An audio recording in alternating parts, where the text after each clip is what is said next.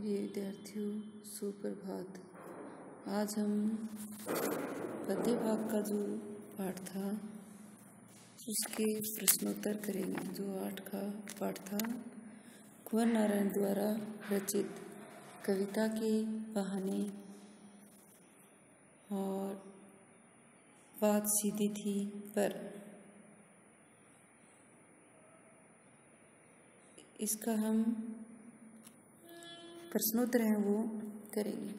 पहला प्रश्न देखिए, इसमें कविता के बहाने कविता की तुलना किससे सार्थक मानी है।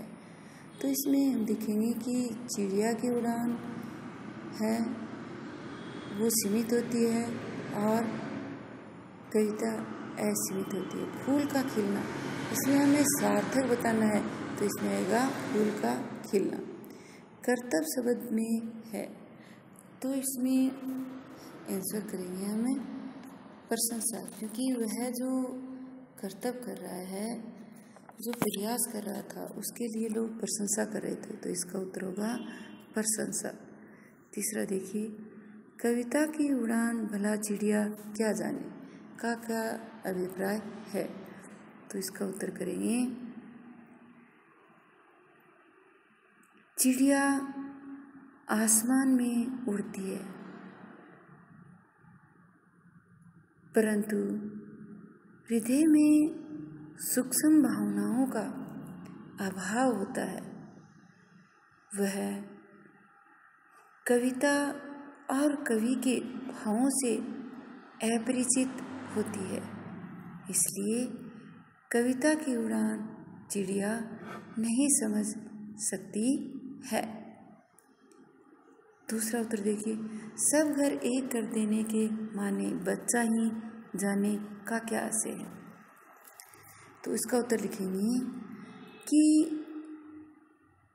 बच्चों में अपने पराये का भेदभाव नहीं होता है।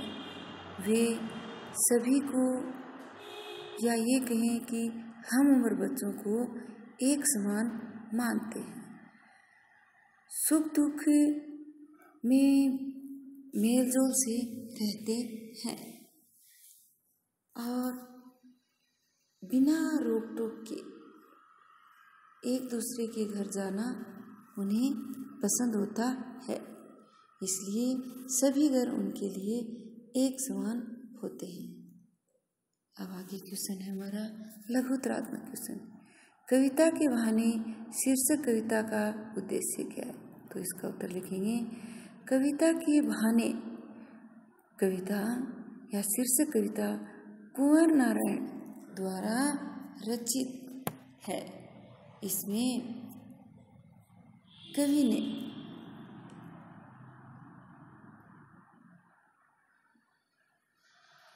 कविता को चिड़िया की उड़ान व फूलों के खिलने से भी अधिक महत्वपूर्ण बताया कि चिड़िया की उड़ान की सीमा होती है जबकि फूल है वो खिलकर मुरझा जाते हैं, इसलिए उन दोनों की अपेक्षा इसका कविता का अधिक महत्व है।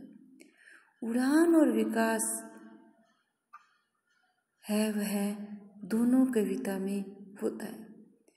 बच्चों के खेलने जैसी आनंदमयी और सीमातीत होती है कविता। यांत्रिकता के दौर में यह कविता भौतिकता और यांत्रिकता के दौर में के महत्व को दर्शाती है। फिर हम बताएंगे कि यांत्रिकता के दबाव में कविता का भी अस्तित्व संकट में आ गया है, इसलिए इसका यही उद्देश्य है कि भौतिकता और यांत्रिकता के दबाव में कविता का अस्तित्व संकट में है। फिर आगे है, बिना मुरझाए कौन महकता है तथा क्यों। तो हम इसका उत्तर लिखेंगे, कवि ने बताया है कि, या सीधा भी लिख सकते हैं, फूल खिलकर मुरझा जाते हैं, उनमें खिलने पर जो महक होती है वह मुरझाने पर कम हो जाती है। कविता की महक कम नहीं होती है। कविता है वो कभी मुरझाती नहीं है, सदा खिलती रहती है, भावगत सुगंध को बिखेरते रहती है। कविता अनंत काल तक आनंद का अनुभव कराती है। इस प्रकार से हम बता सकते हैं कि बिना मुरझाए कविता है वो महकती है। और क्यों? क्योंकि उसमें भावगत सौंदर्य विद्यमान होता है, या ये कहें कि भावों की सुगंध है वो विद्यमान होती है, इसलिए वह मुरझाती नहीं है। अब देखिए निबंधात्मक प्रश्न। भाषा के चक्कर में सीधी बात टेढ़ी हो जाती है, समझाइए। तो इसमें लिखिए, बात सीधी थी पर कविता कुंवर नारायण द्वारा रचित है। इसमें कवि के अनुसार, या ये कहें कि शीर्षक कविता के अनुसार, बात और भाषा का आपस में गहरा लगाव होता है। मनुष्य अपने मन के भाव व विचारों को भाषा के माध्यम से प्रकट करता है, और भाषा जैसा वह भाषा को जिस रूप में वह समझाना चाहता है उसी रूप में सामने वाले के समझ में आ जाती है। कभी वह आसानी से समझ में आ जाती है तो कभी कठिनाई से। कभी मनुष्य भाषा को कलात्मक रूप देना चाहता है तो उसमें कृत्रिम या भावानुकूल क्लिष्टता उत्पन्न हो जाती है। भाषा के चक्कर में सीधी बात भी कठिन होने लगती है। अर्थात ये कहें कि हम सीधी बात भी समझाना चाहें तो वह कठिन हो जाती है। दूसरे शब्दों में हम लिख सकते हैं, ज़्यादा घुमावदार भाषा के चक्कर में कभी कभी सीधी बात भी उलझकर अग्राह्य बन जाती है, अर्थात ग्रहण न करने योग्य हो जाती है। कठिन शब्द चमत्कार बनकर रह जाते हैं। भाषा रचना में दोष उत्पन्न हो जाता है तो वह दोष वाली भाषा समझी जाती है। भाषा के चक्कर में सरल बात भी टेढ़ी हो जाती है। अच्छी बात या अच्छी कविता का सृजन सही व सहज शब्द से जोड़ना ही होता है।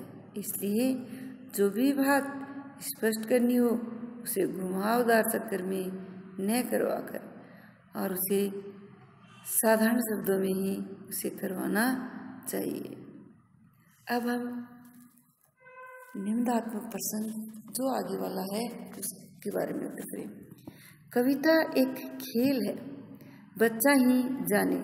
पंक्ति का भावार्थ लिखिए।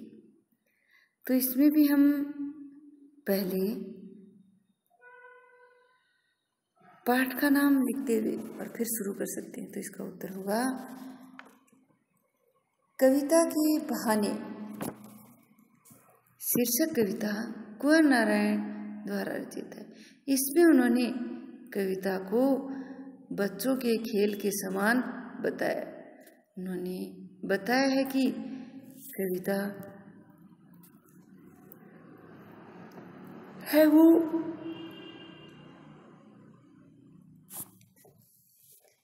चिड़िया की उड़ान से भी अधिक उड़ान वाली होती है, क्योंकि चिड़िया की उड़ान है वो सीमा के बंधन में होती है। फूल हैं वो खिलते हैं और मुरझा जाते हैं, तो इसके भाव भी हैं वो खिलकर मुरझाने वाली कविता की नहीं होती।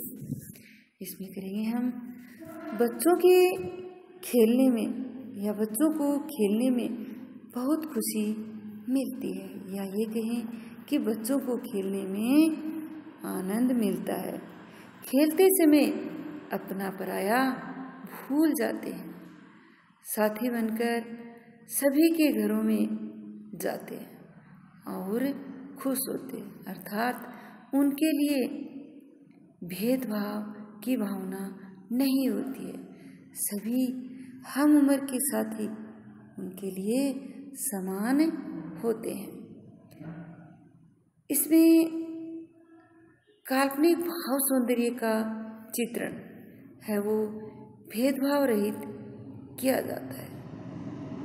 कवि के शब्द है वो क्रीड़ा आनंदित है, अर्थात कवि जिस प्रकार से बच्चे खेलते हैं उसी प्रकार से कविता में शब्दों का प्रयोग करके खेल रहे हैं, अर्थात कविता के भीतर शब्दों को कल्पना में घुमाने का प्रयास किया जाता है। शब्दों को कल्पनाओं के अनुरूप ढालने व अपनाने का प्रयास किया जाता है। कविता में भी भेदभाव नहीं होता है, सभी के लिए एक समान भाव होते हैं। खेल तक व्यक्ति अर्थात कविता में खेल खेलना अर्थात अपने कर्म के अनुसार कार्य करना। तो इस कविता की रचना उन्होंने समानता के उद्देश्य से की है। तो इसका हम इस प्रकार से भावार्थ करेंगे। अब हमारे पास एक क्वेश्चन रहा है, आखिरकार वही हुआ उसी जगह ठोक दिया गया, अर्थात कोई